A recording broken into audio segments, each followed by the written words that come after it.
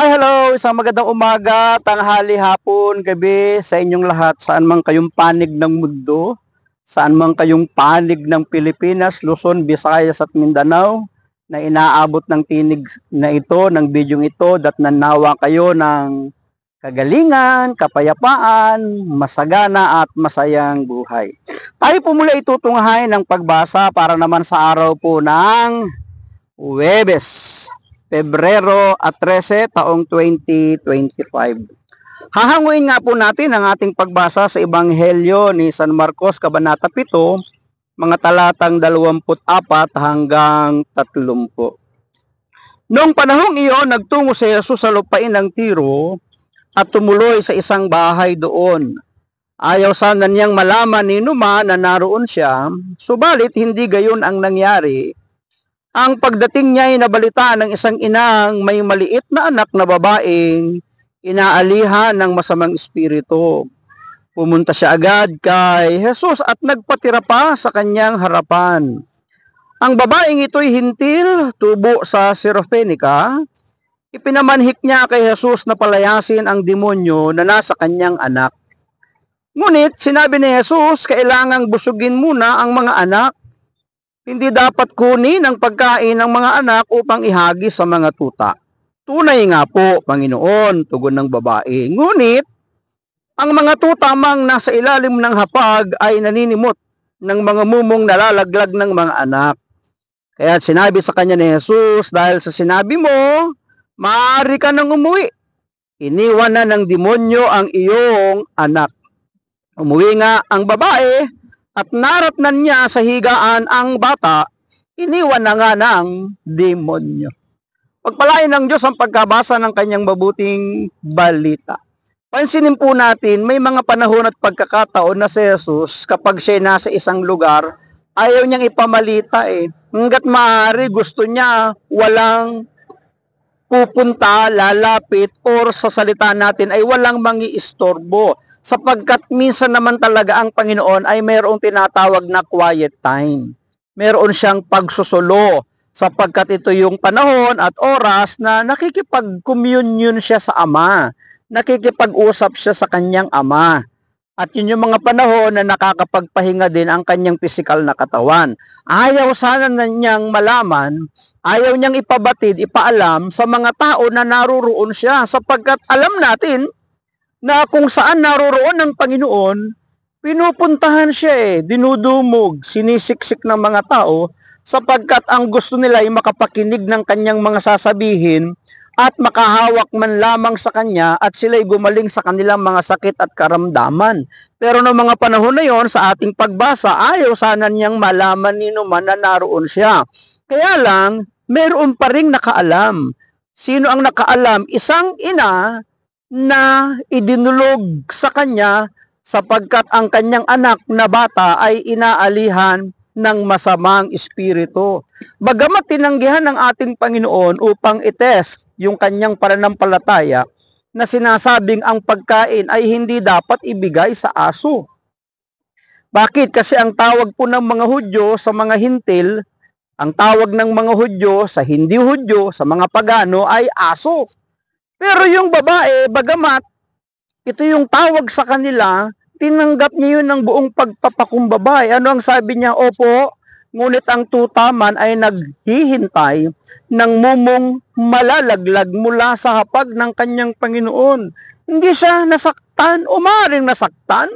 Maaaring dinamdam din yun, pero hindi na yun nangangahulugan ng pagdadamdam Ibig sabihin, wala nang pong sa kanya yung pagdaramdam yung sakit ng mga sinabit binitawan ng ating Panginoon Ang mahalaga na doon sa babae ay maidulog niya yung kanyang suliranin sa kanyang anak na inaalihan ng masamang espiritu.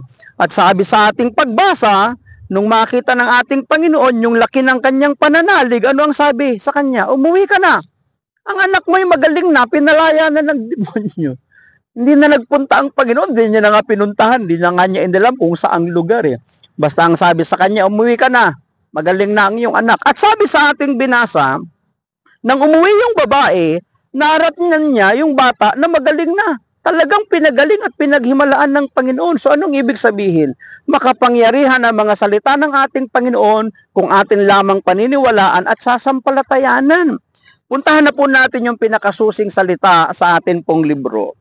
Ngunit ang mga tutamang nasa ilalim ng hapag ay naninimot ng mga mumong nalalaglag ng mga anak. Hindi naman talaga naiiwasan eh. Ikaw ba, gaano ka ba ka-perfect kumain? Kapag kumain ka ba sa table mo, sa lamesa mo, wala bang mumong nalalaglag? Kahit paano, merong mumong nalalaglag eh. Ako nga lang, pag kumakain ako ng pandesal eh, pagkagat ko, ang dami nang nakakalat sa lamesa eh. Kasi yung pandesal, maraming mga mumo na kabudbud doon sa palibot ng pandesal, di ba? Kahit naman sa pagkain, kahit sa ulam, meron talagang sumasablay eh. Pag subo mo, may tumatalsik eh. Yun yung inaabangan at inihintay ng tuta mula doon sa mga anak.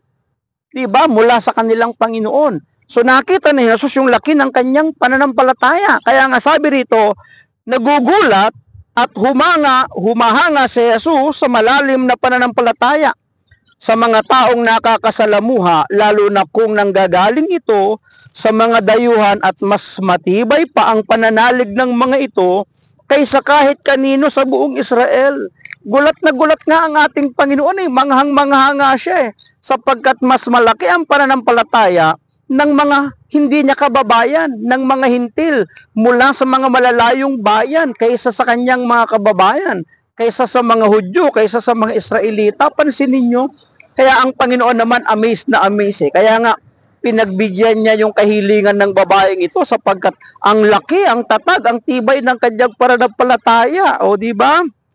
Isa sa kanyang hinangaan ang babaeng hintil na taga Sirofenica. Malinaw kay Jesus na ang kanyang misyon ay nakatutok at umiikot sa mga Hudyo bilang katuparan ng pangako ng Diyos sa kanyang hinirang na bayan. Totoo naman talaga eh. Doon naman talaga nakasentro ang misyon ng ating Panginoon sa kanyang mga kababayan. Kaya nga lang, dahil nga sa pagtanggi at hindi pagkilala kay Jesus, nakinabang din yung mga kalapit bayan, yung mga hindi Hudyo. Sino ang nakinabang? Yung mga hintil, yung mga pagano na hindi nila kinikilala. Di ba? Iginalang ito ng babae, tinanggap ang pahayag ni Jesus, pero nahayag ang kagandahan at lalim ng kanyang pananampalataya sa pagkilalang kabahagi siya at ang kanyang anak sa misyon ng Diyos. Di ba? Tayo din, wag tayong mawawalan ng pag-asa. Kung nung panahon na nakatutok ang misyon ni Jesus sa kanyang mga kababayan sa mga Hudyo, biglang mayroong mga nakakapasok at nakakasingit na mga taga-ibang bayan na pagbibigyan ng ating Panginoon, lalo pa kaya ngayon na tayo ay sumasampalataya, nagtitiwala, naniniwala na mapangyayari ng Diyos ang lahat ng bagay na ating idudulog at ilalapit sa Kanya. Tiwala ka lang. Huwag kang aatras, huwag kang manghihina, huwag kang masasaktan, sige lang. Sa pagsusog niya sa talinghaga ng mga bata at aso, matalino niyang naihayag na nakikibahagi kahit mga hintil sa pagpapalang ipinagkakaloob ng Diyos sa kanyang bayan. Di naman ito lingid kay Jesus. Pinili ang Israel, hindi para sarilinin ng Israel ang pagpapala ng Diyos. Hinirang at pinagpala ang Israel para makita at makilala ng buong mundo ang pagkilos ng Diyos sa kasaysayan ng kanyang bayan. Talaga naman eh, kinilala naman talaga ang bayang Israel dahil sa pagdating ng ating Panginoong Yesus sa kanyang bayan, di ba? At sa pamamagitan nito, mababanaagan ng lahat ng tao ang liwanag ng kaligtasan. Pagkilala sa katotohanang nahayag sa pananalig ng babae, ang pagpapalaya sa anak mula sa panlulupig ng demonyo, di ba? Hindi pa nakarating ang Panginoon dun, sinabi lang. Kaya nang umuwi yung babae, di ba? Pagdating niya, wala na yung demonyo, magaling na yung kanyang anak. Bakit? Dahil sa kanyang matibay, matatag, pananampalataya, pananalig na punong-puno ng pag-asa na mangyayari nga ang sinabi ng Panginoon sa kanyang pagsusumamo na pagalingin ang kanyang anak. Pagnilayan, kung pinagpala ang lahat, kabilang man sa bayan ng Diyos o hindi, tayo pa kayang nagsisikap na sumunod at may takot sa Kanya ang di pagpalain, mga kapatid. Yun nga, hindi kabilang sa misyon ng ating Panginoon pinagpala. Tayo pa kaya na nagsisikap na makasunod sa kalooban ng ating Panginoon, na nagsasagawa ng Kanyang mga aral salita, ang hindi pagpalain, pagpapalain tayong lahat.